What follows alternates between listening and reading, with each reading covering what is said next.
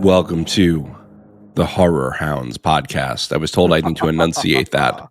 We're the Lorehounds, your guides to small town terrors. I'm John.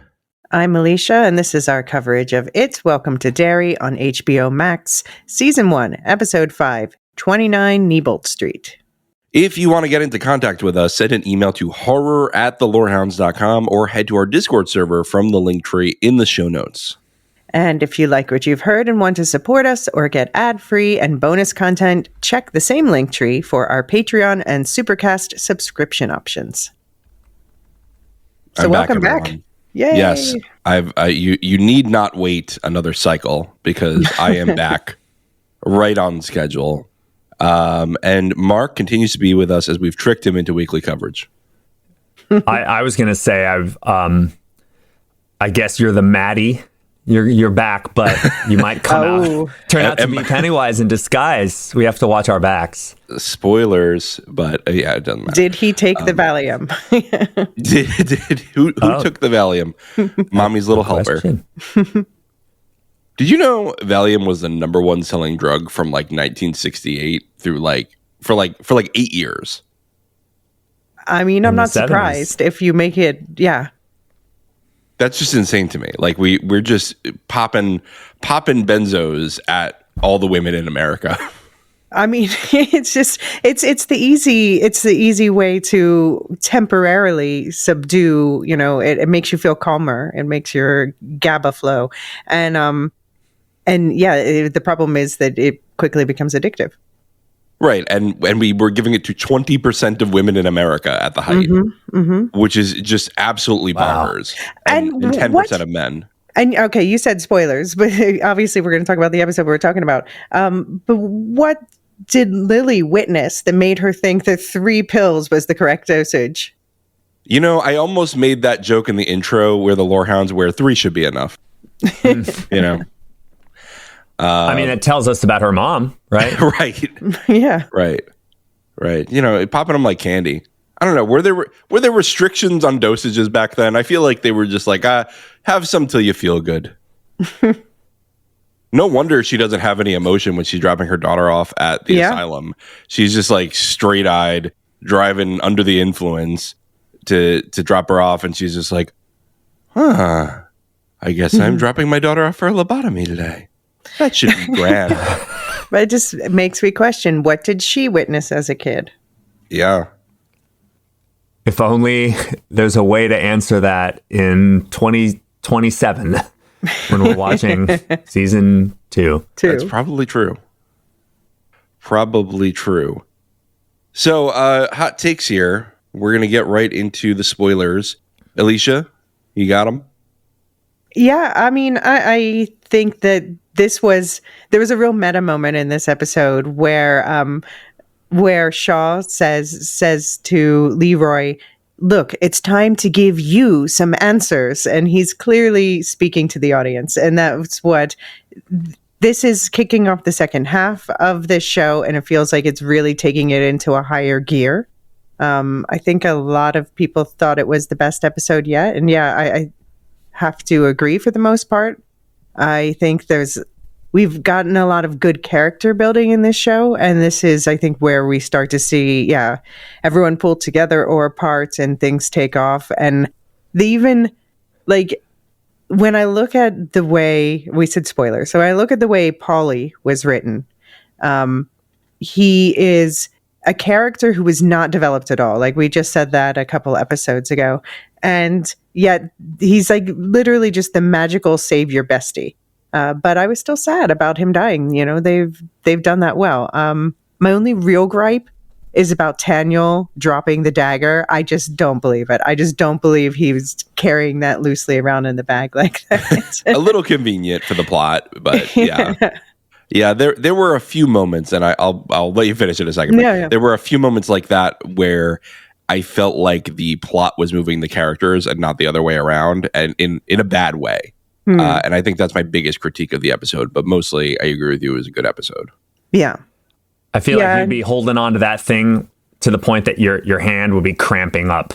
Exactly. So tightly. He knows better than almost anybody, what he's walking into, and that's his protection.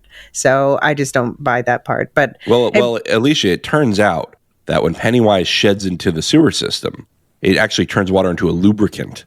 And so nobody would be able to hold on to that dagger. Oh, I see. But it's just, he's not even holding it in his hand. He just has it in his bag. Like, no way, no way. Right. That's true. You'd have that thing in your teeth like a pirate if you needed to. Have it like tied to my arm. I feel like when she goes, Taniel, keep it close and you'll be safe. You can hear Ron Howard's voice going, he didn't. I'd be like Elysia Dagger Arms, Anyway. Nice. I do have to give back some internet points. Mark, you were correct that the pillars are indeed the boundaries of Derry. But I'm taking back the theory about Marge. Now that we know Marge didn't lose her eye, she could still be Margaret Tozier.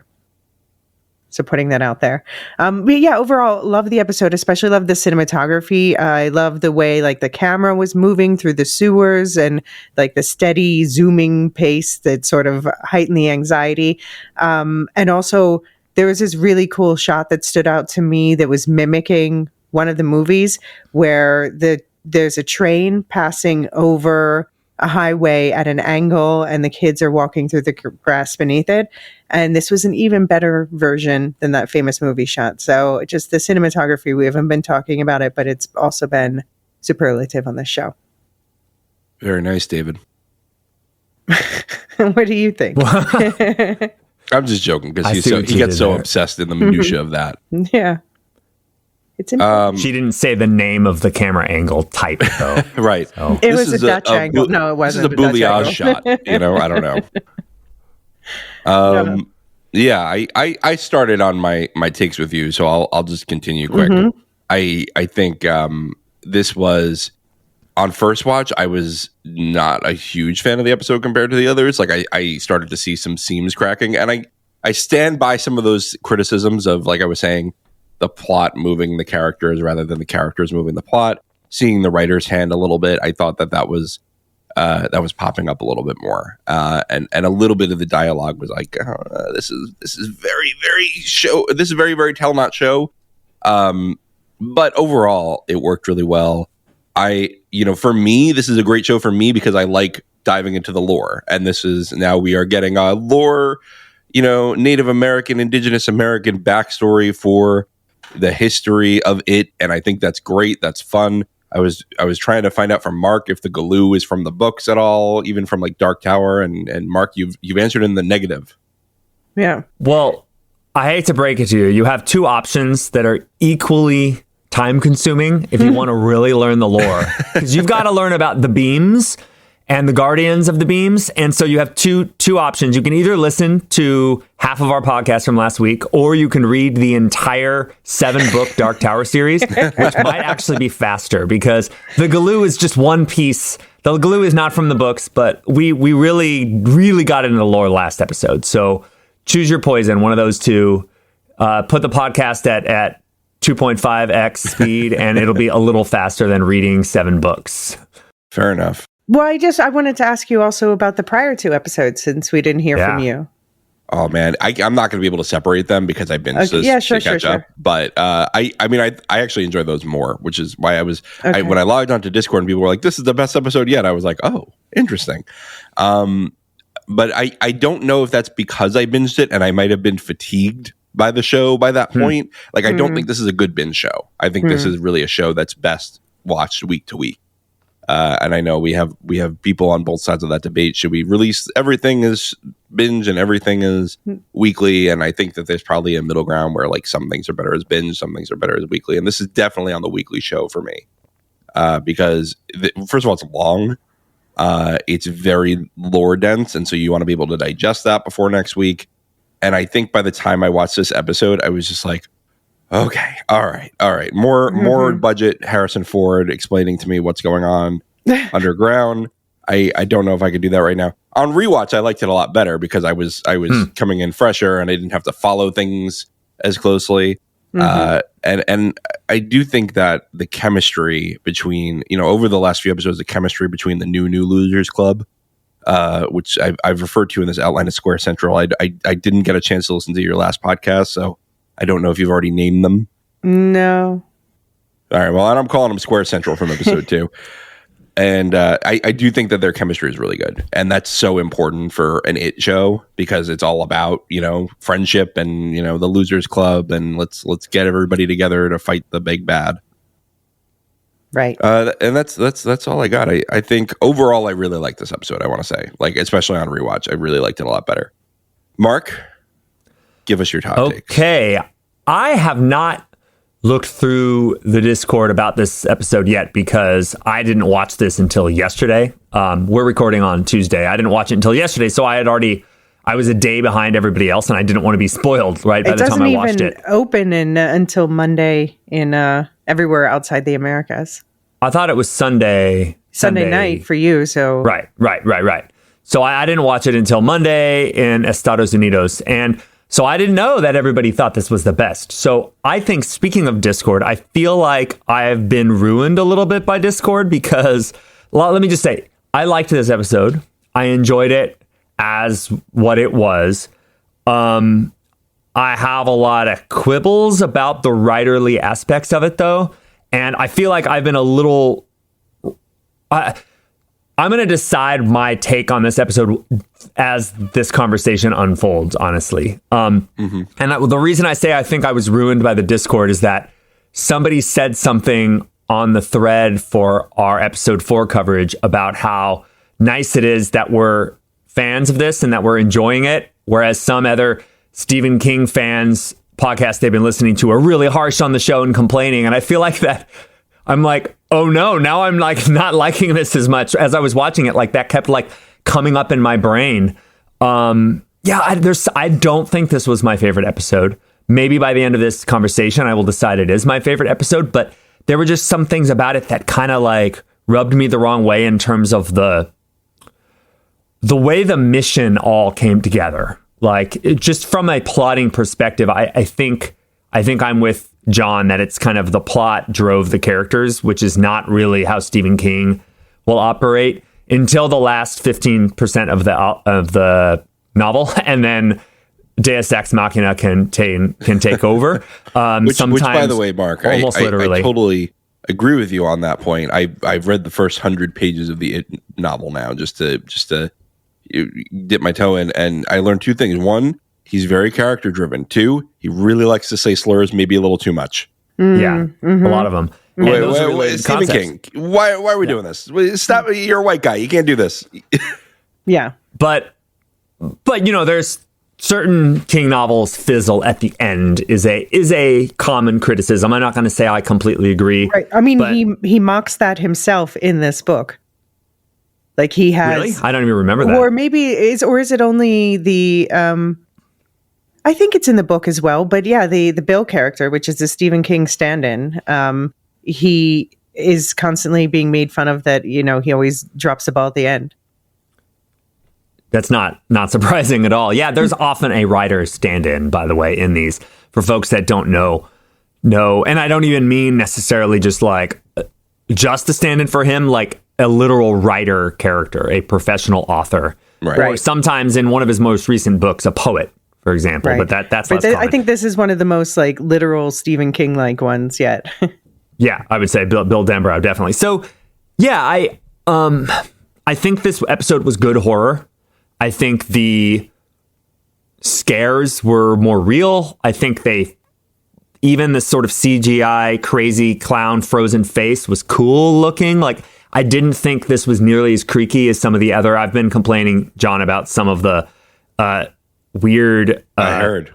I didn't even listen to the podcast that I heard about. Yeah, but the last couple episodes have all been improvements on that, and this was similar. I guess I'm on the line on this one, and it has to do with kind of just what the implications of the story of this all are. And so I think we're gonna, and not from a lore standpoint, more from a plotting standpoint. So I'm looking forward to getting into it and pissing some people off on the Discord.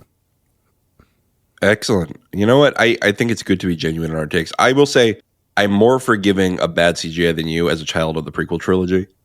I just, I don't know. It's almost charming to me sometimes, the bad CGI. I'm like, all right, cool. You know, we're in it. We're back in it with Anakin. I thought the CGI in this episode was great, especially that, I do too. So do I. Yeah, that's what I'm saying. Yeah. It looks very real. It was wonky in the graveyard. The graveyard, we all agree, not where they threw their budget.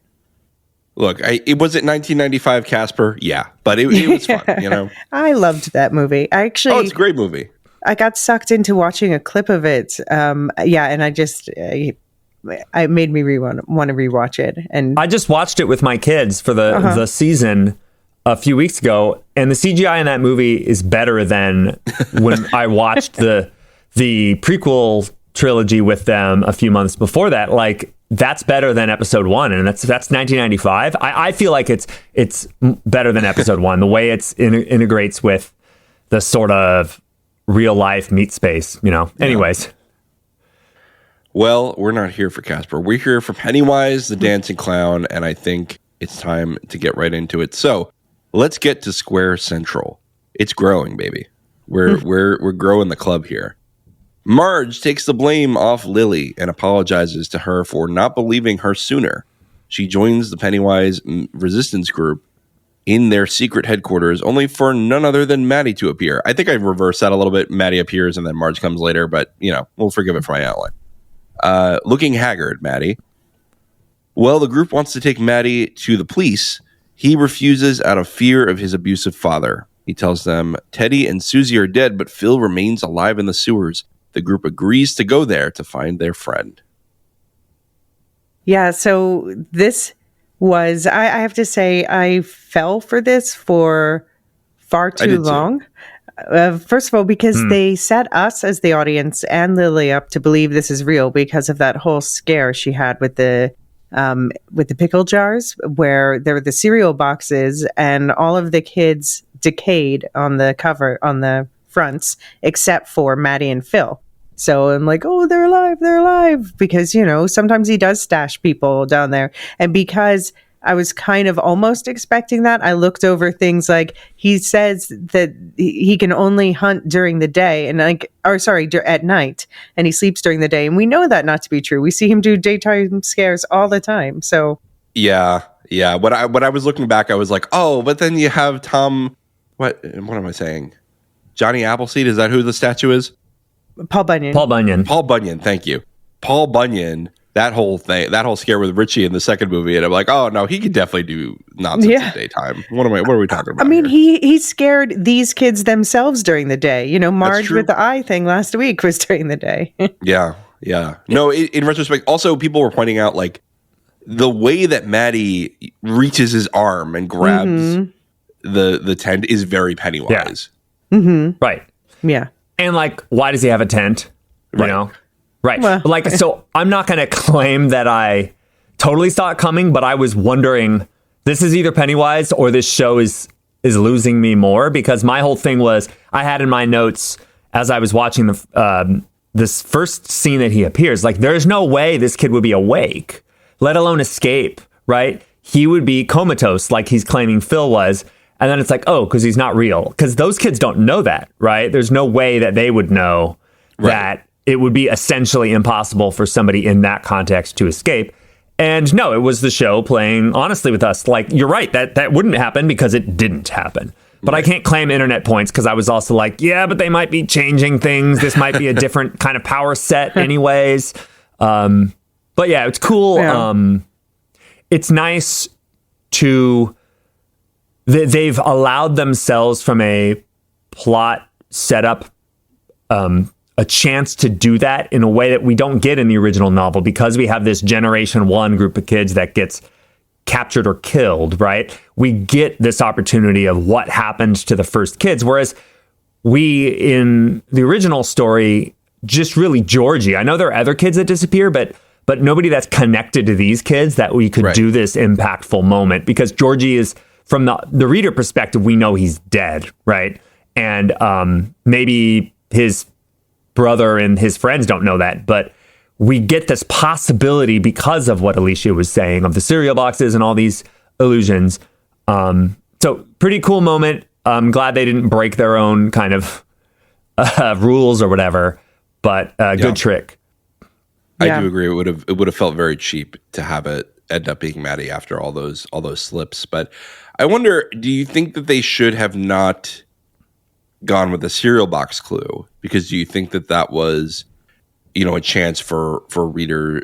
Was that deliberately misleading someone in a way that, like, you couldn't have gone back and predicted it? Because the best twists are ones that when you go back, you can predict it, right? Well, I mean, when you look through what he said during this, it should have been obvious. There's the way it's grabbed, and I thought that was just the writer, the way he grabbed out of the tent, and I thought that was just the writers messing with us.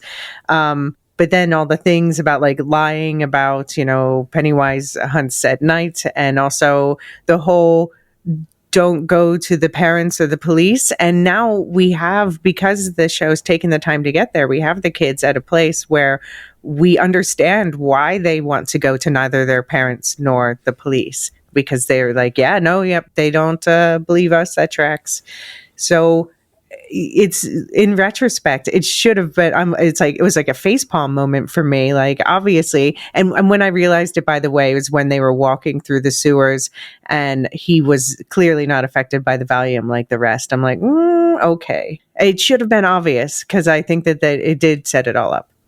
I would say, to answer just the question about the cereal boxes, think of that as a character moment more than for us. Think of that as things that would set up in Lily's mind that Maddie could be alive, that Phil could be alive. Right. So sure, it plays tricks on us, but what it sets up is this very real possibility that if she ever saw a trick version of Maddie or Phil, she'd be more likely to believe it, because she saw Susie's arm get ripped off. So if she saw a fully intact Susie, she's going to go, you're a hallucination, right?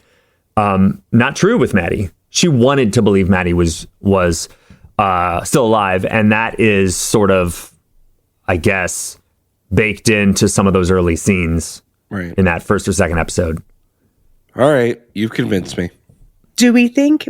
so we had the whole conversation last week about the chemicals that, they were talking about Pennywise liking the adrenaline and cortisol. And then we hear that Pennywise is eating brains. Do we think, but this was coming again from fake Maddie, so we don't know if we can believe any of that. Does Pennywise like to eat brains, or is that just playing on a zombie trope? I mean, I don't know. Mark, you're the lore expert. I mean, I'm sure Pennywise does, but he does everything, right? He'll eat everything. He sucks your soul. He does whatever. I still feel like that line, it was a throwaway that a 12-year-old said, right? Like, do we know for sure that predators seek the chemicals that makes it, we know in the lore that it salts the meat for Pennywise, but do I know that my dog loves the fear if he's chasing a squirrel? Like, I don't know that that's true. So, like, no, I feel like it doesn't matter, just for Pennywise. Yeah. I don't know that. My take last week, John, was essentially it's metaphysical. I don't think it has to be actually midichlorians or whatever here.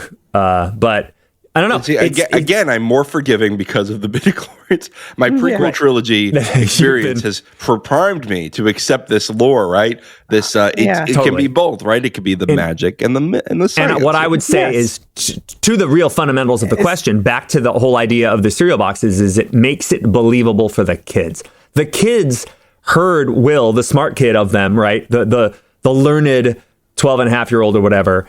And he said this thing about predators and chemicals, and they bought it. And so to have another one of their friends say he's eating brains, that probably all makes it feel more real to them. So, because Pennywise knows that probably on some level, he can read their minds and stuff, right? So it doesn't have to be true or not true. What matters is what they believe in this context, certainly. Is anyone else, by the way, worried about Rich? Because, okay, here's my theory. My theory is that he's first of all, I'm worried about him and his planes because they remind me of Georgie and his boat. And my theory is that he's going to die and then Margaret's going to grow up and name her son after him. Is she Margaret? Or I is she mean, we Marge? don't know yet, but now that she's kept her eye, it's back on the table. It makes sense. It's a small town. These kids have to grow up to be the next generation's parents. We know that for a fact with one of them so far. Yeah, it's a small town, but I feel like people move in and out of it quite a lot. Sure. Yeah, it doesn't have to be, but... It's a small town based on Bangor, Maine, and Bangor, Maine has still tens of thousands of people, right? I mean, yeah, it's smaller than Bangor, Maine, though, right? Because they refer to... Don't they refer to Bangor as a location also? I don't know that Bangor exists. I will tell you that I read last night that Richie was flying into... He's going to Boston and then connecting a flight to Bangor and then taking a car from there. So okay, yes. So it's separate town. Like, look, we don't need to relitigate this because we're just going to watch and find out. But like, to me, oh my God, I forgot. What did you before we got distracted by airports? The idea is about Marge Margaret. Richie's mom. Mm-hmm. Right. Sorry. Space. Sorry. It's still early, folks. For me, it's fundamentally just like, why doesn't that come up in the It novel, right? And there are plenty of wave of this your character hand doesn't exist in the It novel. They're expanding the It novel with this show. No, but Richie Tozier 100% does. Yeah, but we don't hear his mom's whole backstory.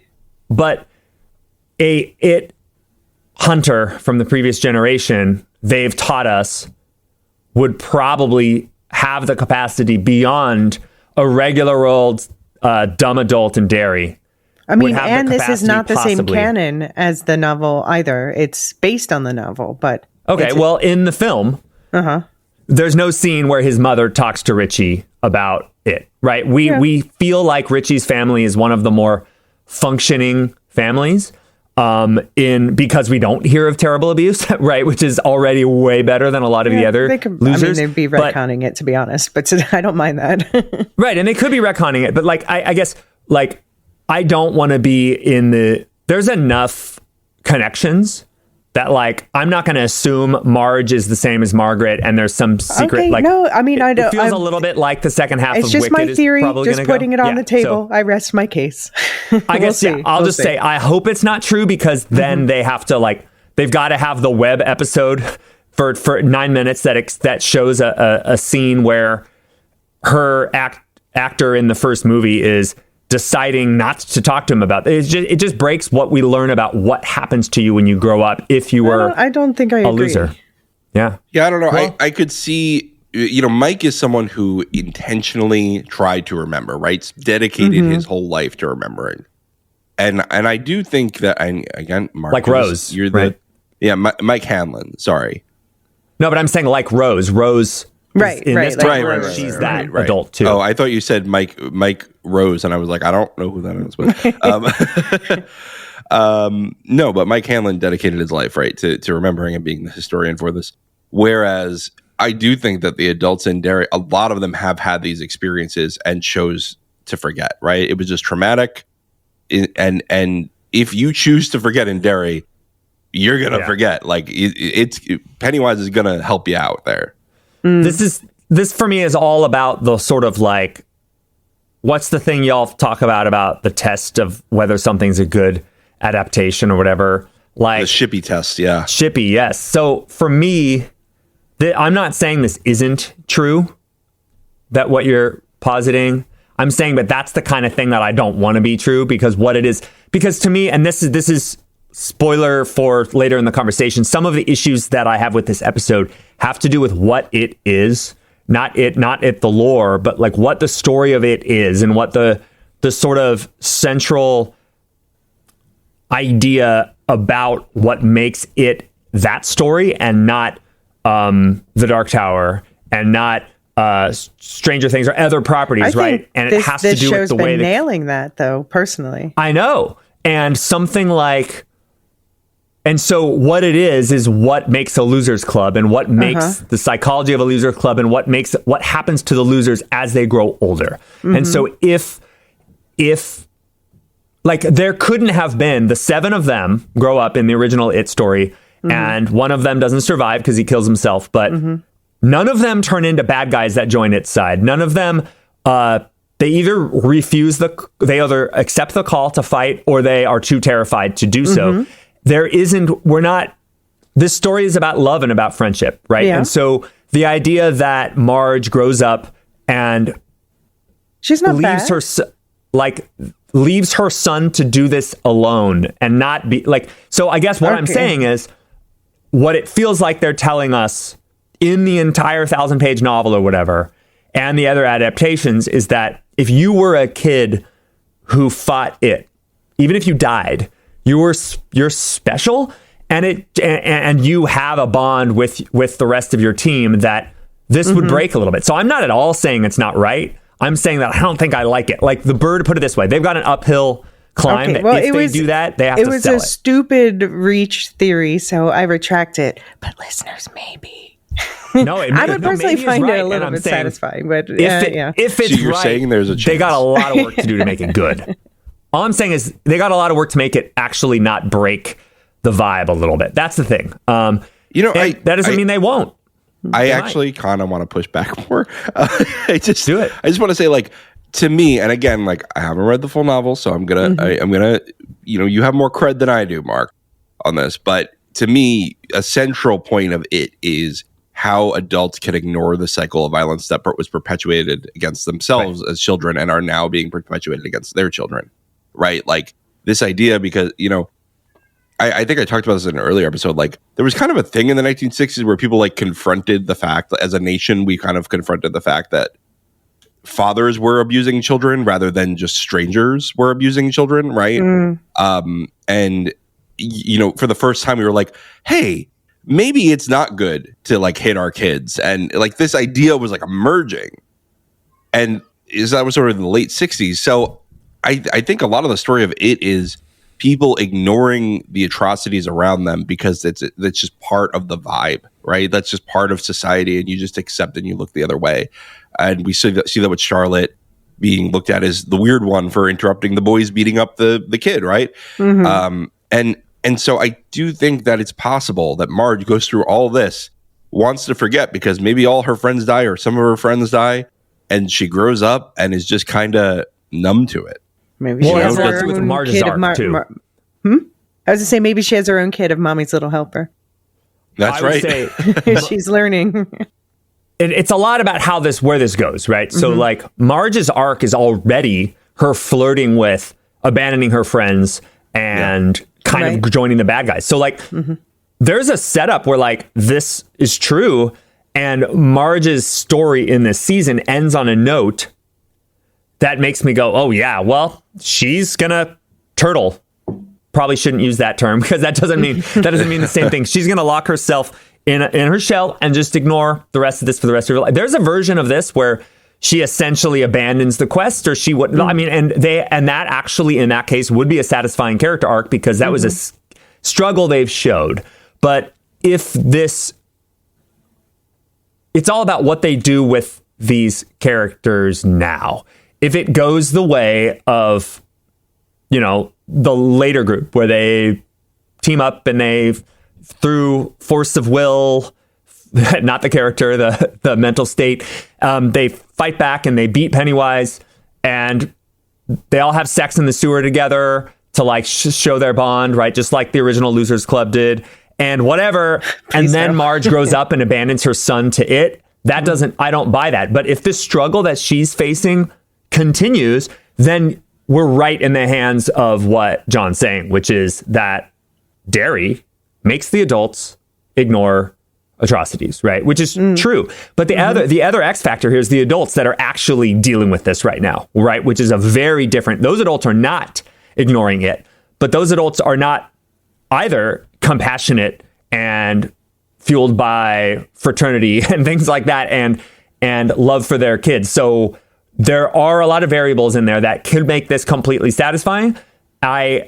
Ever since probably the first scene, I've been like, all right, I'm cautiously enjoying this, right? But at any minute they could make choices that make it awesomer or make me go, oh no, you're kind of like busting the vibe here. So this is one of those things. All right, I just want to run one thing by you guys, because this is something that Maya, my darling wife, pointed out to me, is that, and maybe you mentioned this on an earlier podcast that I didn't hear, but Marge's eyes often have like an orangey yellowish light in them. Her glasses for the first half of the season. And I don't know if that was foreshadowing the attack on her eyes by Pennywise, or if that's foreshadowing that she will eventually work in Pennywise's interest. Wild. Haven't noticed it. That's pretty cool. Yeah, it'll be like the projector reflecting. Cool. It'll be like the sun. You know, all these random things, and you're like, but how many times can that happen before it's not a coincidence and it's intentional? How many of these kids do we think are going to make it out of this season? 2. It could be. They could fail, right? I'm like, this ends, and we'll talk about the augury later or whatever, right? But like this all, we have no reason to think this always is successful, right? So we know think it's not. We think that like in the second movie they show the tribe being unsuccessful. Right. So like, it feels like we have 2 options. Every cycle, Pennywise is beaten back before he's done, or Pennywise just satiates itself and sleeps for 27 years. And I think it would be appropriate for some of these seasons to vary in that result. And that doesn't mean all the kids die, but they might not win, right? And it could be that some of them die. I don't. Are we putting internet points on this? Like, I have zero idea. I'm worried about all of them. But I do think... Except Will. Will's... 2 of them? Except Will, that's true. Right. So I do think, and Marge apparently, I do think we're... No, I'm not saying it's just a theory. It's just an option. And in fairness, I guess Will could die and the Hanlons could just have another kid. Named Will. Yeah. You know what? Maybe people do that. I don't... Maybe I wouldn't do it, but people do it. I do think we're... You know, like Game of Thrones had like major character deaths in fits and starts. Walking Dead the same, like shocking moment, and then like you'd go a while and there'd be another one, but then you'd go entire seasons where nobody important ever dies, right? And I'm speaking of the show Game of Thrones, not the novel series. But so I do feel like we're kind of there in the sense that this is, I should not say this out loud because I'll be proved wrong next Sunday night, but like we had all those kids get killed in the first episode. I don't think I think we've got these kids for a few more episodes. And if there's massive loss, it's going to be at the end of the season. That's my guess. Like we're not reconstituting a losers club again. I think getting and losing Maddie in this episode again might kind of serve that purpose. That's the only thing I'll put internet points on, but all bets are off otherwise. Maddie, of course, like 3 inches taller because, of course, they had an 8-month gap in filming because of the writer's strike, right. And all these kids had growth spurts, which is kind of funny. And this was the first episode after the break, to be clear. Yeah. It allowed Bill Skarsgård to come back. So, is that what happened? Mm-hmm. He was he had a filming conflict, and then when the writer's strike delayed filming, conflict went away. All right. Well, let's take a break, and then we'll continue on the episode.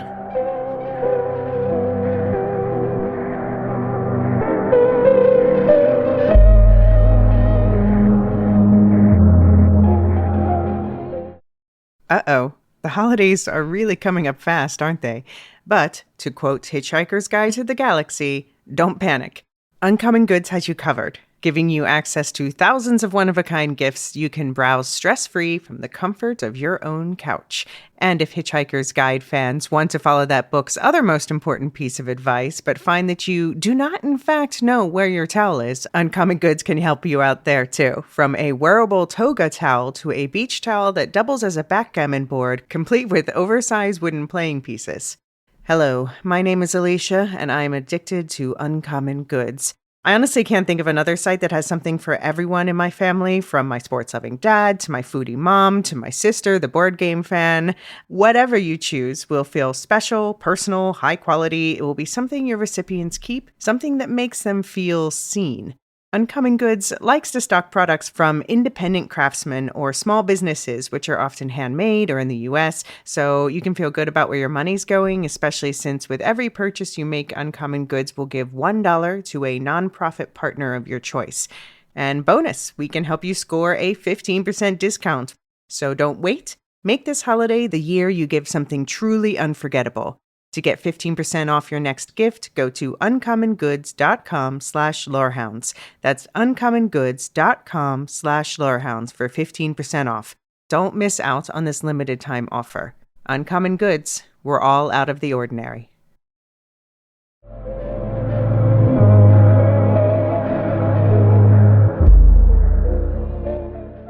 We're back to observe a clandestine meeting. Elysia, you want to read it?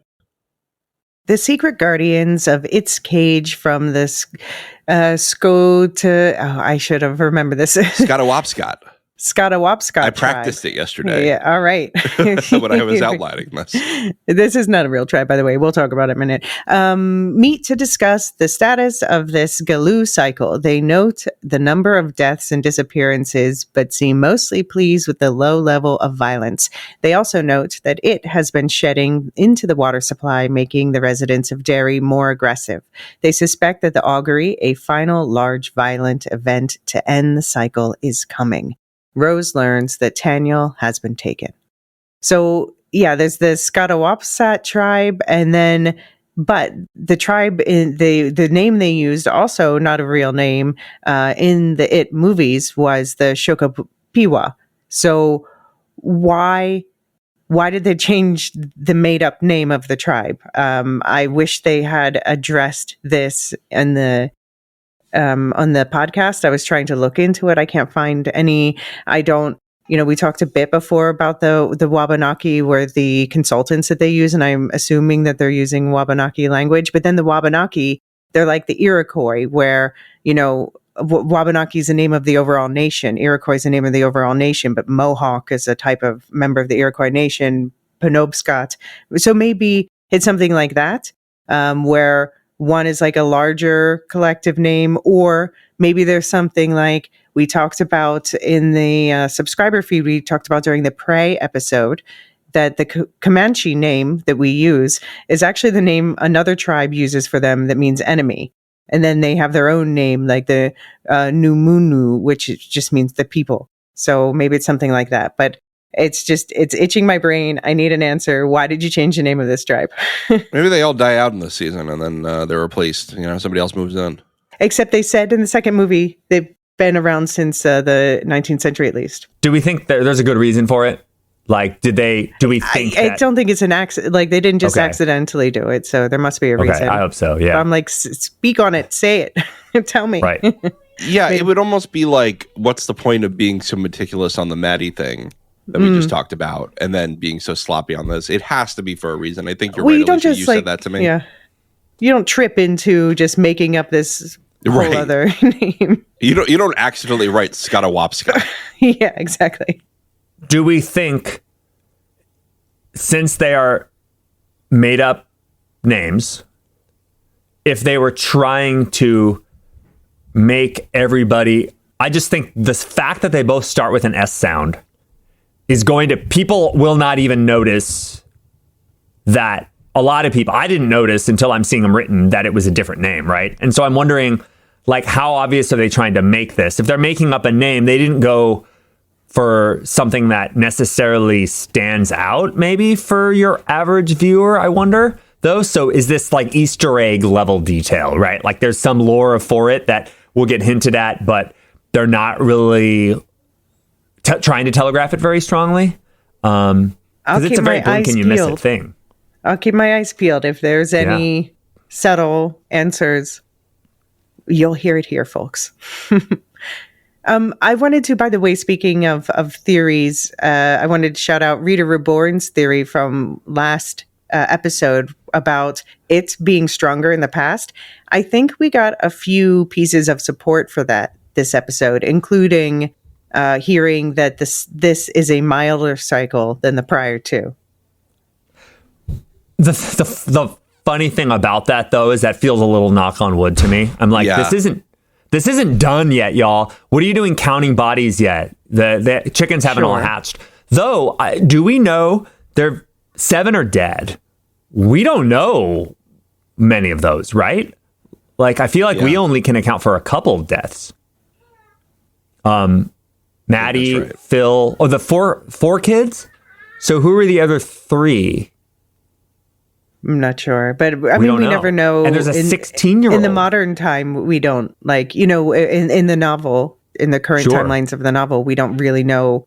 We only see our losers club, not all the other kids who die. Right. And I mean, there's a few others that they encounter, obviously. But, Rita Reborn, by the way, Rita Reborn, shout out, has definitely read more Stephen King than any of us, which is pretty cool to, in the Discord, to have folks that really know their lore.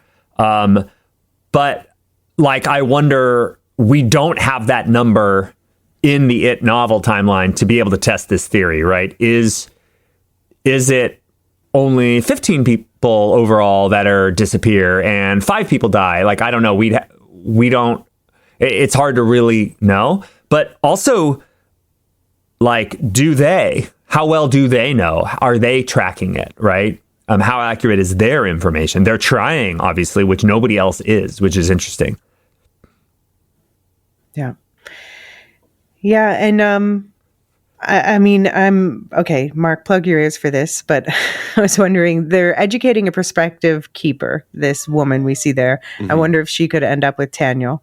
And then the other thing that they talked about is the augury, is what they call, like, the augury is like a prediction of sorts, right? Or a symbol of things to come, right?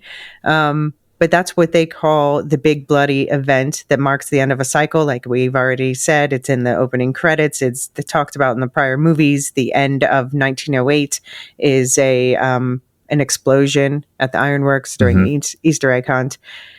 I wonder if this is, though, an analogy for the real world, where there's something like the atomic bomb in World War II that was like the moment where things have gone too far. We have to pull back. Yeah, that could be. Also, the augury could be like the sign that we're going to have our peacetime, right? Like, they're looking forward to the peace. I think that they see that as the hopeful event in the future. Right. And the augury, and then 27 years or more or less of peace, they say. So maybe that's what they mean by the augury. But augury sounds like a lot of violence always, right? So yeah. We don't. Right. Sure. Yeah. We don't get a sense, like, the extent that they're trying to fight this or stop it, right? They're tracking it, but are they kind of biding their time until there is a horrific event? Or are they trying to, like, it's kind of an interesting, weird, like, you say they're looking forward to it, but they're looking forward to a mass casualty event. Seems kind of troubling. Well, I think what they'd tell you is it would be a huge mass casualty event if we didn't have these boundaries. Sure. Yeah. And, we don't know what actually satiates Pennywise. Like, why? What numbers is it? Like, if they removed the pillars, or in the It novel, whatever it is that's keeping him or it in Derry, like, how far would it go? Would it take over the world like they mentioned a few episodes ago? Or would it does it get satiated after it eats, 20 kids? And that's just what it is. And why would it, think like the biggest predator in the world, right? The sperm whale. The sperm whale doesn't eat the entire ocean. Eventually it stops eating squid and it just goes about its business, and till it gets hungry again. So I don't know. It remains to be seen, but probably won't ever be explained or seen. So there we go. Well, I do think there's a lot of questions about the scope of it. Like, will it just, disappear or not?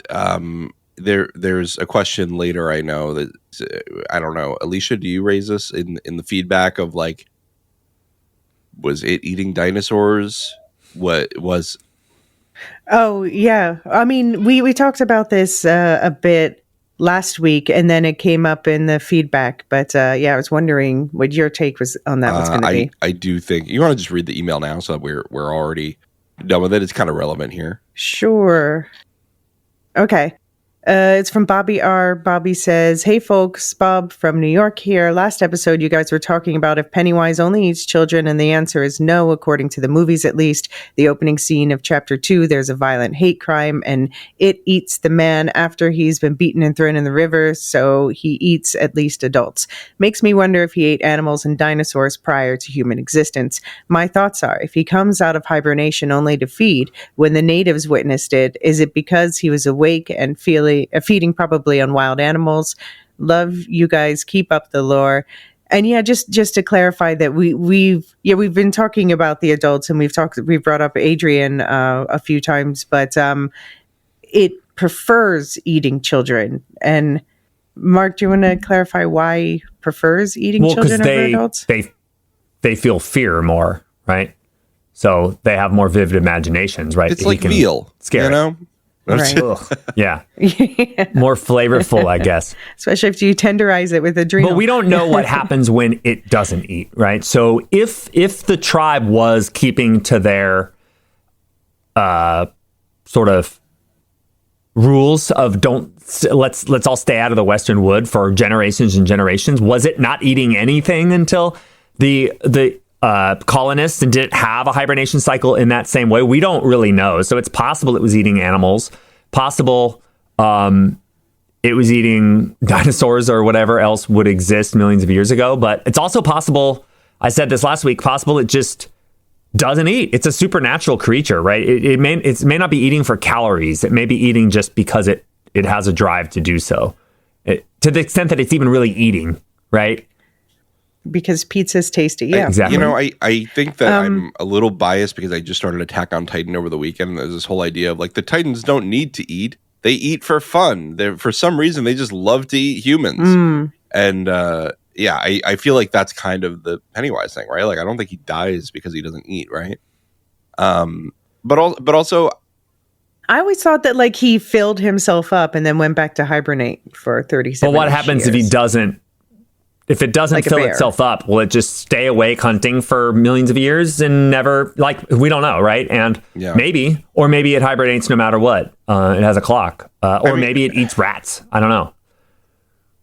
But it's really, I mean, it's not always 37 years because between the two cycles in the It book and movies, I think it's always 27 years, right? Yeah.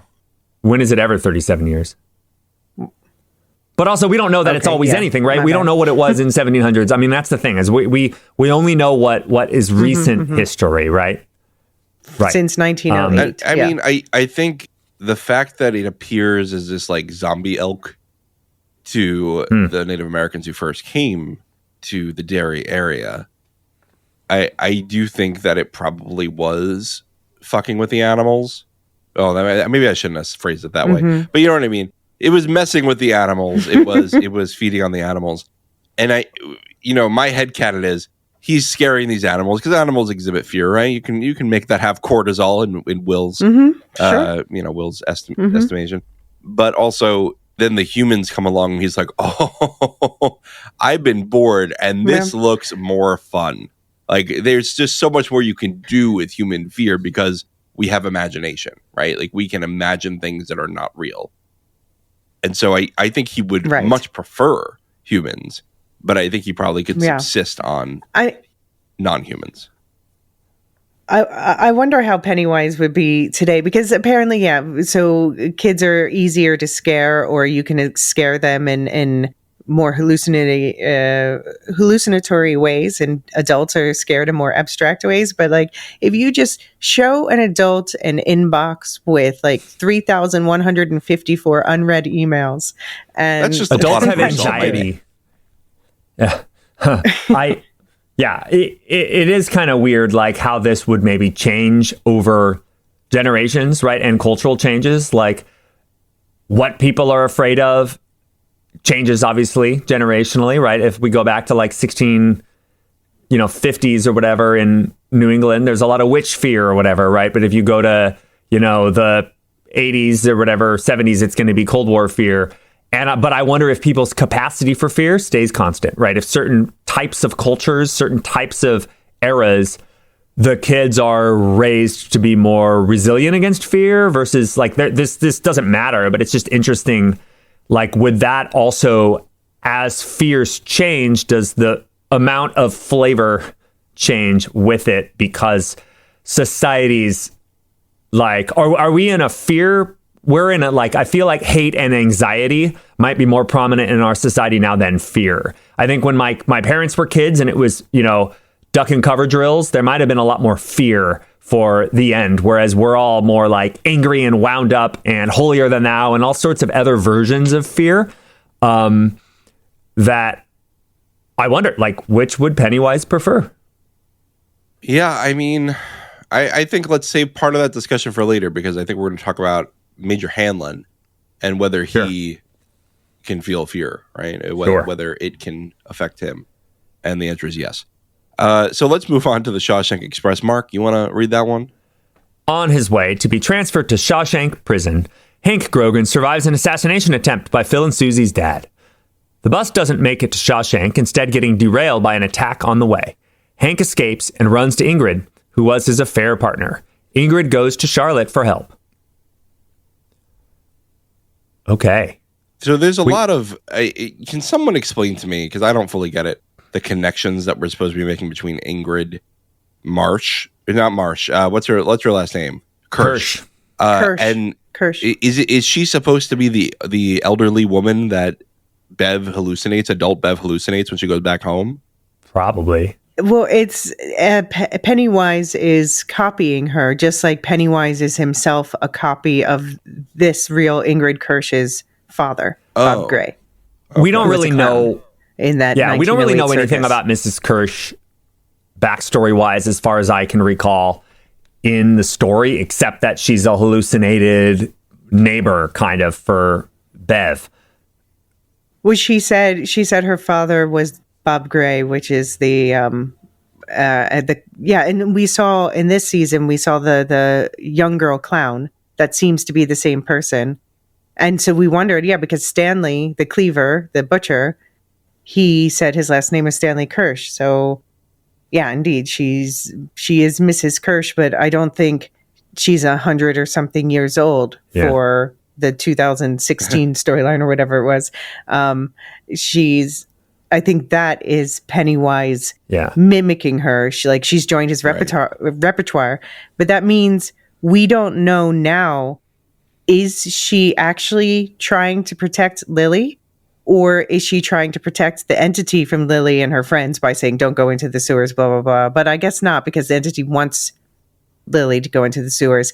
But people keep pointing out she's often has like a red jacket on or red cardigan on or something, and that red is the... I just didn't get a chance to say in the last couple episodes. She is like the worst person to be working as a housekeeper in a mental hospital. I mean, she's just like if Lily's really having delusions here, she is absolutely encouraging those delusions, right? Like, oh yeah, I believe you, and this is all real, and like, my God, she's giving she's like undoing the treatment of the medical professionals, undoing the ineffective treatment of the I mean, that's fair. Like at this stage, like there's certainly not anything good happening at that asylum, but I'm just like, this is the worst person to work with psychiatric patients. It is like you all are reading the book way more recently than me. And I don't know, are you far enough in, Elysia, to get to the Mrs. Kirsch scene yet? No, but I know that she is I know she is mentioned in the book, and she's the head housekeeper, not Hospital. at the asylum. Well, so what I don't remember is, was there, and I don't think there was, but I don't remember for sure, is there a connection between her and Bev? Like, is there some, because most of the scares, but not all the scares, relate to something very specifically the person is afraid of, right? But adult Bev in that context goes to her old house and, my dad isn't here. There's this nice woman who comes in and talks, and then she turns into a monster. But I don't remember if... Who talks about her own father. So they both... It's sort of just exploiting the similarities of they both had these rough dads and stuff like that. Yeah, daddy so issues, I think, John, I don't think we have any reason to really think there is a connection, actually, except that Pennywise has chosen to sort of absorb this woman's identity into his oeuvre in the same way that Bob Gray, the clown, becomes kind of... But to Pennywise becomes... Okay. Yeah, right. But like Pennywise sort of takes that clown as his favorite personage, even though maybe, 200 years ago, he probably wasn't the clown. Like he saw this clown, went, I bet people would think he's creepy. But we could be wrong, and there could actually be some more connection. But if so, I think that's invented for this story, and let's see what happens. I mean, how do we feel about the reveal that Mrs. Kirsch, Ingrid, is the married white woman whom Hank is sleeping with, and seeing Stanley, Smiley Stanley, who didn't want to help Charlotte break up that fight with the boys? I mean, he seems like he could be physically abusive, but at least is emotionally abusive at home. He's really a jackass to Mrs. Kirsch and in front of Lily. I think that there is a couple things here. There is the very common thing where people go, I had no idea he was such a gentleman in public, right? Like there's so many men who put on a really kind face in public, but are actually very abusive at home. But also like those men often see kids, especially young girls, as like disposable, non-human. Like I don't have to worry about you. He doesn't think he's exposing himself as an abuser in front of Lily. He thinks he's abusing his wife in front of a dog, right? Like that's the kind of thing he's viewing himself as doing here. And I didn't trust him from the moment he was like, they call me Stanley Cleaver, and holds up the cleaver. I was like, oh, I don't like that. Well, when we heard the name Kirsch, I mean, book readers were just like, okay, or even keen-eared folks from the films. I mean, to the point of the twist, they got me because I was putting in my notes like, no, there's no way. Why would he just go into her of all people? He's hiding in her backseat. And it's like, oh, of course, right? But it is interesting to the whole question before a couple of weeks ago about, is the fate, does he perceive Stanley as so bad that, again, the consequences of being caught with his wife is worse than being murdered in Shawshank a week later for being a child killer? And like, is it so much worse? And also, like, he still made that decision to have that affair. So like, it's a weird, like, we'd sort of just take it as evidence of how messed up Derry is. I'm not gonna blame either of them for the affair. But I mean, I think that what he has here is he's like, there's one situation he knows the affair is real. It's a real thing that's happened, and he wouldn't get his day in court, is what he's saying, and with good reason. Whereas he knows he's innocent of the child murder, and yes, he's holding back on this alibi, but I think he sees himself as having a better shot there, and at least there being a day in court. And of course, he's got to watch his back in prison if he ever made it there, but he didn't. So we know Pennywise was there when he got arrested. We saw the father try to go after Hank, and the father, by the way, wearing a red shirt. But then we saw that Pennywise cop in the doorway with the buck teeth smiling through the door. But why? What was the goal of attacking that transport? Was it something related to Mrs. Kirsch? Does Pennywise already have a connection with Mrs. Kirsch and knows that he's having an affair with her? Or Is it to sew up more bad feelings in Derry and make sure that Hank isn't taken out of Derry for some reason? Do you guys have theories about that? Can I just say real quick about the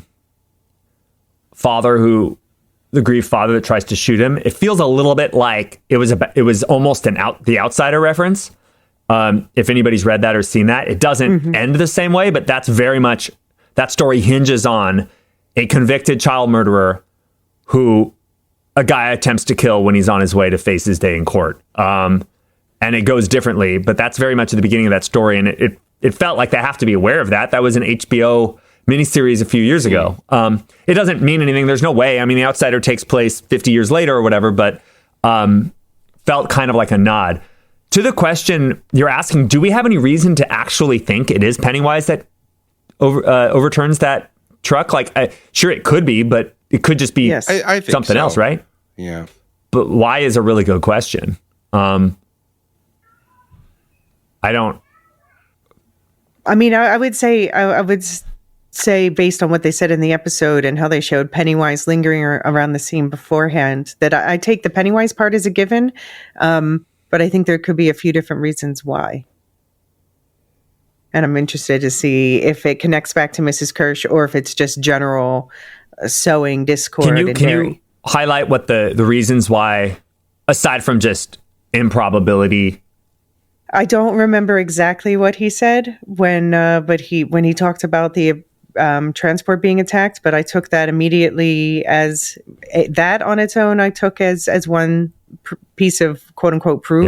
Yeah. The other thing is that cop in the doorway I was just talking about, who was obviously influencing the father, but just was generally hanging around Hank being loaded on the bus. And just logically, it is kind of a weird thing for it to want to do, right? Kill these possible criminals, but maybe save one of them. I mean, I could see several reasons why. Maybe. Yeah. It could go different ways, is what I'm saying. Yeah, I was just wondering if you guys had any prevailing theories. I just don't at this point. Like, no. I have nothing going on. And we got a lot to go through, so I'm going to move us on to preparations, which shouldn't be too long in one because it's mostly just set up for the next scene.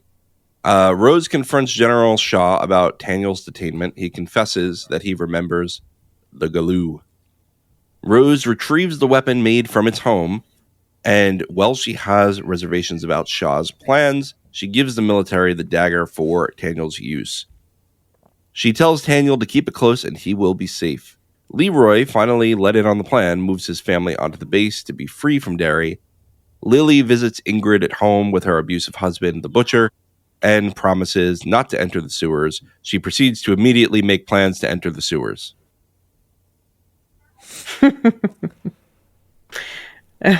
So, okay, about Leroy taking his family to the base.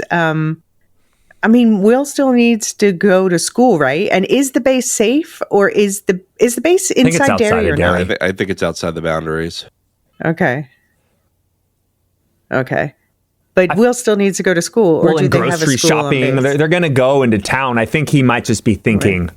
Well, it's one thing to like go there sometimes, but to like his kid got attacked when they were or like stalked in the middle of the night, right? So, we won't be sleeping there. Like, I don't know. This is probably inept, but also fishing. Fishing, which I guess was within Derry. This is probably futile adult feeling like they have control over a situation, right? I'm not sure he's thought that through because they're going to go to Derry sometimes. Yeah. Well, I wonder if he will be going to school or grocery shopping or anything like that, because I wonder if if Leroy thinks that this is going to end quickly, right? Because they're infiltrating, he thinks they're wrapping up the mission here. They're going to put the leash on the thing and then it'll be done. Yeah. One day at home. Yeah. Yeah. Maybe a few days. That's probably right. He misses a few days of school, whatever, but maybe a week at most, but better than him being in the target of this thing. And I think that's fair. If I thought that was going to be wrapped up in a week, yeah, sure. Let's keep him out of the supernatural crosshairs for a week. He can miss a week at school. But yeah, I don't know. I don't know how this whole thing works. I think he's just kind of delulu a little bit. Yeah. Yeah, and he's listening to Shaw is just a liar face liarton, just like constantly, every chance he has, he just lies stupidly and then is caught a minute later and is like, oh yeah, I lied about that. Here's the truth. And so you can't trust a single thing that he says. He's really like, I wanted to say, oh, maybe I shouldn't jump to conclusions because he's, this white major in the 60s. But no, he's really crappy. I don't think that he's racist per se, but I just think he's I just don't think it's going to be enough of a twist when he becomes Red Hulk later. It's already foreshadowing it too much. Right. But yeah, it just like stupid things like saying Halloran flipped through Taniel's mind, he says to Rose, like the morning paper, which is just phrased really cruelly for no reason. And he says that immediately after he just said, oh, Taniel told us the truth. Like he just keeps changing to find the cruelest way, it feels like, to stab at Rose and make Taniel sound bad to her. And she's not buying any of it, to her credit. But she just must be so heartbroken to have that kid she had this bond with grow up into this lying McLiarton man. Right? How many nice young boys have become cruel old men? I thought it was weird that I guess so. Shaw is telling Leroy about this. Like, we apparently just did this psychic expedition, and some of this information maybe Shaw already knew. So, like, what's the point of doing this really harmful deep dive into Taniel's mind? But then we don't see Halloran explaining it to Shaw and Leroy. We don't see Halloran explaining it to Leroy by himself. Like, it's a weird, the way they set it up is a weird chain of information that really does call into question sort of the integrity, so to speak, of Shaw. Like, it's just a weird kind of the way they skip those next scenes when they come in. What happened? We don't see any of that. And so we don't. Yeah, it was probably in a memo. We just didn't see it. Yeah, it was in the email, right? And it's just, he comes away worse. And this whole plan is just, I mean, we'll get into it, but the whole plan is so stupid that, like, I believe that he's a bad, his brain doesn't work well enough to be a good general. Like, and he's part of that would be lying and treating his people in a weird way. And maybe he's not racist with a capital R, but it doesn't mean he's not a bad general and a bad dude. Right. Yeah, I mean, I think he's dumb in the way that is actually quite realistic, where he's refusing help from Rose and other experts on this very topic. But then he's a special kind of stupid that I guess it is a recurring trope in Stephen King stories when in regards to the military, where it's a sort of like Frankenstein thing, this hubris that makes them go too far. And so his plan is, who was it? Was it Davey Mack or someone was saying on the Discord, like, step A, cage the glue. Step B, question mark. Step C, profit. End the Cold War. Like, this is so stupid. And this is where I'm like, okay, you're playing with fire, show. I hope this works out. And I know it's like, there's a little bit of like different mix here. There's a little bit of Stranger Things in here. There's a little bit of Alien, Weyland-Yutani. Like, the story is about like the hubris of man in a way that like it sort of isn't as much, but still, like, step one, can we just fast forward a little bit to just talk about the plan for a second? Not beyond this episode, but they're going to go in. One team is supposed to get whatever that means, or like, I don't remember what they say, but get these pillars. At the moment that you get them, you don't have 13 teams that are each grabbing one and grabbing the stone and moving closer to, like, how does somebody, like, this is a video game, a JRPG, you're going to collect the stones, and then what? When you pick up that stone, you've just broken that line of the barrier. They're going to bring it in. Let's say they contain it, which makes no sense to me. Then they create this new little box for it. They drop it over Moscow. How do they get it back in the box? Like, I understand that it's the hubris of man, but like they have not thought at all Russia's problem, then. Through this. No, I mean, I think the idea is like, yeah, it's Russia's problem, and they just don't care about the fact that the people live there too. But it's like, how would this end the Cold War? Just because they want to kill Russia, they want to commit genocide, because fear is what's driving the Cold War. You just amp up the fear more, and it's going to turn it into a hot war. Maybe they think it'll just feed on Khrushchev and then go to sleep for 27 years, and they could worry about it in 27 years. It is one of those things, though, like where they're riding the line between, well, we're making a point about how stupid powerful people can be, and dumb writing that's lazy. Like, and I just don't know yet. Like, something about the mission in the sewers struck me as just false here. And so I'm hoping that the broader point here is not just a lazy way of telling us that, a kind of dumb way of telling us that the military and the government is kind of corrupt and short-sighted. Like, because it's just, no general is going to think so few steps ahead. I don't know. What was the next step in MK Ultra, right? What was the next step in the Montauk time travel nonsense, right? Like, there are a million wild military expeditions that have no step two. So yeah, because Shaw talked about he took some drug that made him get his memories back, and so I hope they tell us what the drug is and why they were experimenting on Shaw, because the military must have had a reason to target him. But since you brought up MK Ultra, do you want to talk about what that is? I don't know a lot about it. You seem to know more about it. I think they just gave him Valium. Okay, so I copied this from the NIH report on MK Ultra. This is just a summary that sounds very on point for this. Beginning in the 1950s, the U.S. government collaborated with pharmaceutical companies and research universities to develop LSD as part of a campaign of psychological warfare. Though planned to be used against enemies, the program instead exploited U.S. service members to develop hallucinogens as a form of chemical warfare that could render enemy troops mentally incapacitated.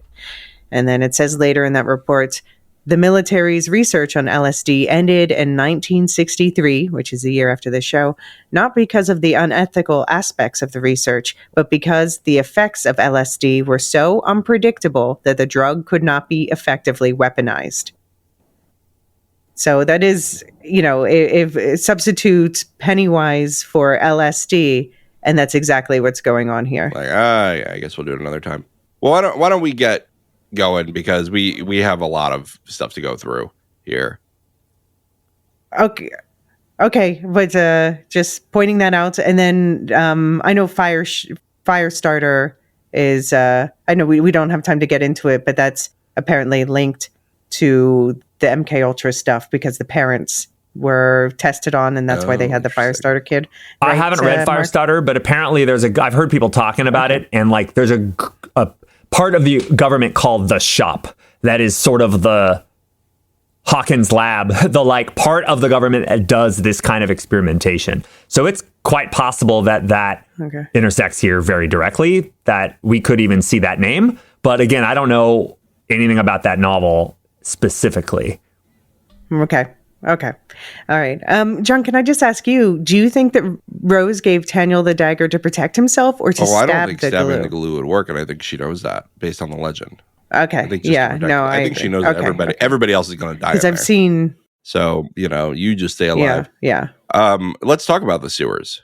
Yeah, I thought it was weird, though, on that dagger that, like, they said that it would pose no threat to us or something like that. And they didn't let him hold on to it, but they said something about that dagger posing no threat to the soldiers. And I was like, it's a sharp, heavy piece of rock. Like, it was just such a weird, I don't know. They've lost me on any sort of, the oxymoron of military intelligence is really like hitting hard in this. So we can leave it. Typical Stephen King trope. Yeah. All right, let's get into the sewers because we're running out of time here. Armed with Mommy's Little Helper. This is the Sewers Junior, by the way. Armed with Mommy's Little Helper, which 3 should probably be enough of. The kids enter the sewers from a drain pipe. That was in the Barrens, right? That was the same one that the kids enter into in the It movies. Meanwhile, the kids find the corpses of Phil, Teddy, Susie, just in time for Maddie to transform into it in all its Pennywise glory. The kids run and Lily gets left behind. Pennywise opens its jaws to consume Lily, but is stopped by the dagger, which had floated in front of her. He retreats. I try to always do flute. I love the way that Bill Skarsgård says floating. There was a few floating references this episode. Lily said the whole thing. My dad used to say that people are either anchors or lifeboats. They drag you under or they keep you afloat, which is like, you don't want to float. Float's a bad thing. And then she says, are you lifeboats? So they're floating down there. And then Lily compares the Valium to laughing gas. I thought I was floating right out of my... Oh, are you two holding hands? That is we didn't so talk funny. About, no. She's like, so no. Cute. He goes, yes. I love that. Yes. So the moment, CG or not, like we've established that millions of rows of teeth or whatever, that's a Pennywise look in this series. And that moment when it's charging and then stops is so cool. It's such a great scare, but also you get this moment of a bright light on this really disgusting clown face. And you really, really well done part, like culmination sort of that little part of the scene. Really original, visually original reveal with the teeth starting in the back of the head. And yeah, I thought that was great. I think we kind of talked about, the CGI being better in this episode, so we can skip that part, but don't take that much Valium, everybody. Like, I mean, don't take Valium at all. It's not really approved for, is it still approved for use at all? Maybe, I don't know. No, yeah. No, it is. But it's really, it's a short-term effect. It's not, if you want long-term medication of that sort, then you want an SSRI. Sure, but even for something like this, a benzo, you're going to get like Xanax now, right? Like it's been functionally replaced by second generation benzos, I think. It does not work to ward off Pennywise hallucinations. That's for sure. Right. Yeah. And apparently Leroy's amygdala also doesn't stop the hallucinations, but he reacts differently. And it's like Pennywise can almost use that. Yeah, does he react better? Because he almost shoots his own kid, right? He reacts differently. He's not good prey, but he's not necessarily good soldier against it any better, right? He's almost a Henry in this situation, right? Henry Bowers. Like he can twist them into being what he needs. Yeah. Can I just say before we start, because it looks like we're about to dive into the adults again, do we think those are actually the corpses of Phil, Teddy, and Susie, or that's just a Pennywise hallucination? I think they are legitimately dead. I think that was Pennywise hallucination. That could be. Too perfect to be right there as they walk in. But they are probably dead. They're so dead. So dead. Let's get to the sewers senior. Leroy leads a team into the same sewers through the Neibolt Street house. Neibolt. Once down there, he sees Charlotte begging for help. She transforms into a monster, and he shoots her, telling his partner Polly to shoot anything that should not be down here, no matter if he knows them or not. Tanya loses the dagger in a chase, and Dick Halloran is pulled under by it. Inside Dick's mind, Pennywise takes the form of his abusive grandfather. He shoots Halloran's grandmother and forces Dick to open his mental lockbox. While approaching the exit, Leroy encounters his son and moves to pull the trigger. Polly realizes it isn't an illusion and stops Leroy by stepping in front of the gun, taking a fatal wound. At the end of the episode, Dick walks out of the sewer and finds a dead Polly. Yeah. So, I just want to shout out the Uncle Sam scare. So good. It was an effective one, and also on point for they would be worried about being. Did you see it coming when you saw the hand? How fast did you two catch that?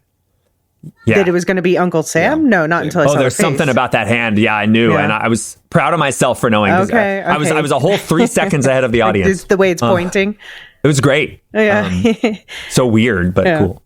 I liked how they're like gas main leak, and then they're invading the entire military on this street. But it is, so we had this whole debate about whether the house was already a wreck, and it is already a wreck. It's in the same state it is in the 80s and 30 years after that. So is it just magically maintained in this permanent state of disrepair, and nobody dares to tear it down? Like, did you hire contractors to go in and make it messy again?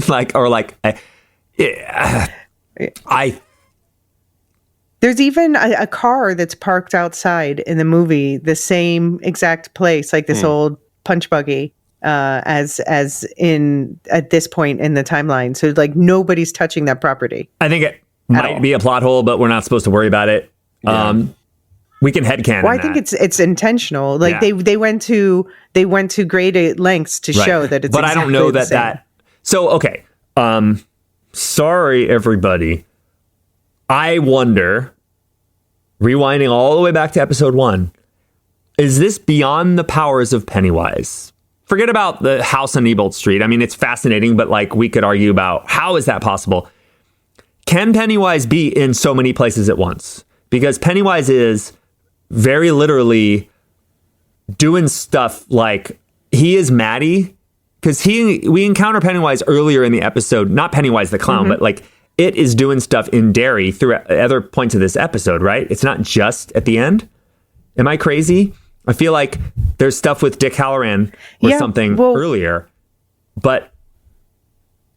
I mean, I think two things. One is that I think this is another support of Rita Reborn's theory that Pennywise is stronger in the past. But I also had a thought, like, what if Pennywise did at some point have offspring? You know, we talked about the eggs that were destroyed in the original movie. What if there actually was more than one? What if Mrs. Kirsch is actually... I don't know, because she seems like she's got this whole life. Or her husband. So that right there would be, if we think Pennywise messed up that truck going to Shawshank, which, first of all, that's outside of Derry, right? Unless it's not somehow. Well, it didn't let it. They didn't get wasn't far. allowed to leave Derry. Pennywise is there. Pennywise is also Maddie with the kids in their hangout at the standpipe, right? So, or wherever. I think that's where they are. Like, Pennywise is very much in two places at once. And even if we say in the sewer, he's in 7 different places at once, we could say, well, that's Pennywise's lair more. Maybe he's kind of not. But I don't know that Pennywise in any era is supposed to be able to be like if you remove the barriers, can Pennywise be in South Africa and in Norway at the same time messing with people? Or is Pennywise a entity that... I mean, I think that's a different question than can Pennywise be 2 places in the same town, which is a legit question, which is either, Pennywise is stronger or I mean, this is another crackpot, really reach in theory, but what if Pennywise did have offspring and they managed to kill them? The offspring. I hope that it's intentional and they give us a little bit of nugget explaining it, because it's another one of those where I'm hoping it's not just sort of them playing too fast and loose. Because like you can play fast and loose, but if you're choosing to do a prequel that is not fast and loose, a prequel that adds to the lore and like milks this and lures us in, you owe us some amount of consistency, right? Like you can't do House of the Dragon and just break stuff. You have to, like, if you're choosing to do that, treat it with care. So I'm hoping that's what I'm not saying this is breaking, but it might be. And so these are the things that make me go, I trust. I have more trust. I'm willing to give these writers a little grace here to wrap it up by the end of the season. Yeah. Or at least explain it. Still 3 episodes left. We have 2 more seasons ostensibly of this, so I think they're going to have to save some mysteries for those 2 seasons. I was surprised to see a flashback to 1908 already, because now we're already expending some of that material. But we'll see. But I know we have to get you out of here, Mark. So why don't we just talk about one other thing at least? The orange light in the lockbox, the lockbox in general. Like, what? I know that's a Dr. Sleep reference. There's something there. And I guess my question was, did that unlock Halloran's ability to see dead people, or was that like an entity in there? It's confusing. You've read Doctor Sleep, right? Seen the film, Elysia. Like this, we talked about this one of the last episodes. Like the lockbox is the way, it's his trap, Ghostbusters trap. Basically, he throws it under the ghost. Ray stomps on the thing. It opens up, and Slimer gets pulled into the trap for the containment unit. And so it's weird to see his grandfather, which is probably not a grandfather ghost. It's probably Pennywise. Holding the lockbox, because the point of the lockbox is he's put his grandfather in the lockbox. The ghosts that he doesn't like get trapped in the lockbox where they just sort of can't bother you anymore. So the idea that his grandfather is holding it suggests that's not his grandfather. But then essentially, if you remember to Ghostbusters, that moment when the EPA guy, Peck or whatever, forces them to open the containment unit and all the ghosts escape, I think that's what would happen if you opened that lockbox. Metaphysical lockbox is just ghosts that he's trapped in his recent years would escape. To what end? It almost has nothing to do with it or Pennywise, right? So kind of weird, like orange light, like Polly's eyes, its eyes, like these things shouldn't be related. It's really interesting if they are. Yeah. I mean, isn't Polly's eyes... I mean, Polly's dead. Yeah. He's a ghost, obviously. We saw him die. But then when we see those whited over eyes in the film, it means they've looked into the deadlights. And we have seen the deadlights as those 3 white circles is how they represent them in the film, and how we saw that in the flashbacks about the glue. So how that relates to that orange light in the lockbox, which, we've talked about the orange light, the yellow eyes. This is deadlights stuff. So how it all relates together is a good question. But R.I.P. Polly, he was a real one. I don't know why Pennywise didn't let him see the scare, but he still understood what was going on. And in the official podcast, apparently the behind the scenes headcanon that was agreed on by Andy Muschietti is that Polly saved Leroy when he got his brain damage, that amygdala brain damage issue. Polly is the one who saved him. So he was just constantly there saving Leroy, saved his son, and saves Leroy. And even absolves from him, right? He's like, oh, it's fine. Just I'm good. Just let me go. We could have used more of him because he's true blue. And he didn't see the deadlights, right? He was just shot, right? So it's interesting because this is a question, but it's not just a question. It's the episode cliffhanger.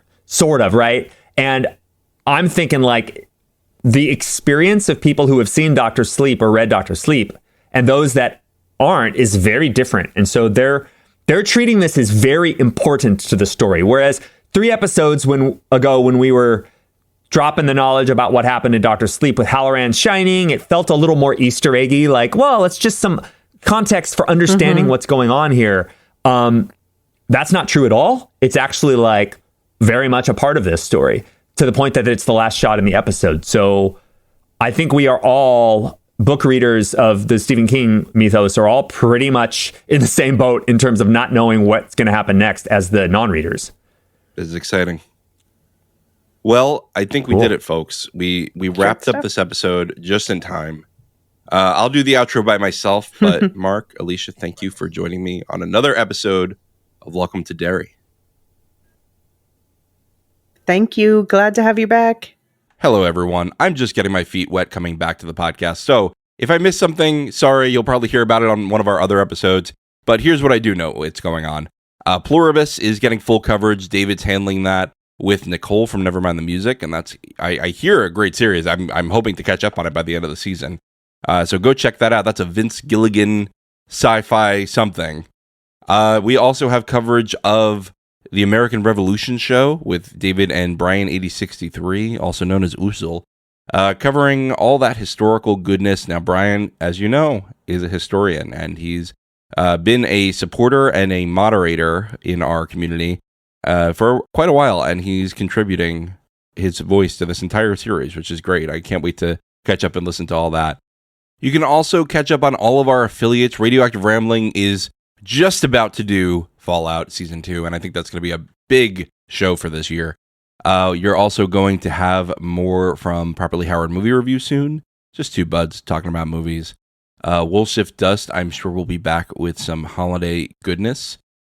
And of course, you know that Mark, who was on the podcast today, has his own show with Nicole where they talk about music and psychology and all the intersections there, called Never Mind the Music. And you can find all of these affiliate shows in the link tree in the show notes. Go there, be merry. For now, let me give you the thank yous for our Discord server boosters: Aaron K, Tilly the Thriller, Doof71, Athena A, Listu, Nancy M, Ghost of Partition, Radioactive Richard, and Adrian.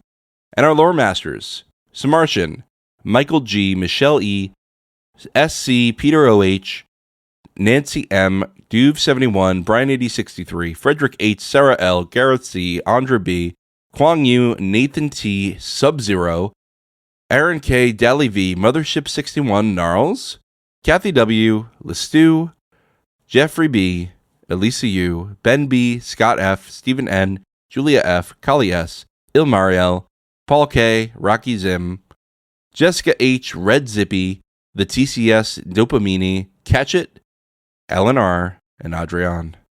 Thanks everyone for listening, and we'll be back next week with more Derry. The Lorehounds podcast is produced and published by the Lorehounds. You can send questions and comments to lorehounds@thelorehounds.com. Get ad-free access to all Lorehounds podcasts on Patreon or Supercast, and connect with us on Blue Sky and join us on our Discord server. Links for everything are in the link tree in the show notes of this episode. Any opinions stated are ours personally and do not reflect the opinion of or belong to any employers or other entities. Thanks for listening.